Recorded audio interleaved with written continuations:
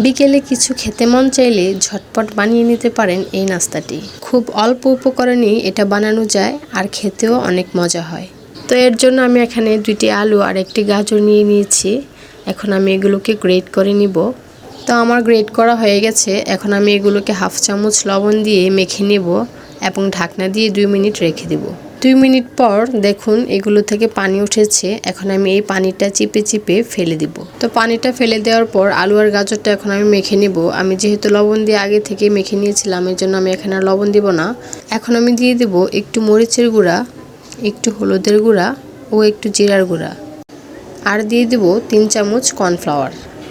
এখন সবগুলো একসাথে ভালোভাবে মিশিয়ে নিব ও হাত দিয়ে চেপে চেপে শেপ দিয়ে দিব। তো এভাবে করে আমি সবগুলো বানিয়ে নিব।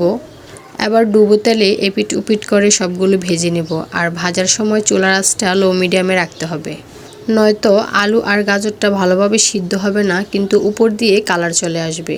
তো পাকোড়াগুলো হয়ে গেছে, এখন আমি এগুলো নামিয়ে নিব। তৈরি হয়ে গেল ঝটপট বিকেলের খিদে মিটানোর নাস্তা। এটা উপর দিয়ে অনেক মচমচে হয় আর ভিতরে সফট, খেতে কিন্তু দারুণ লাগে।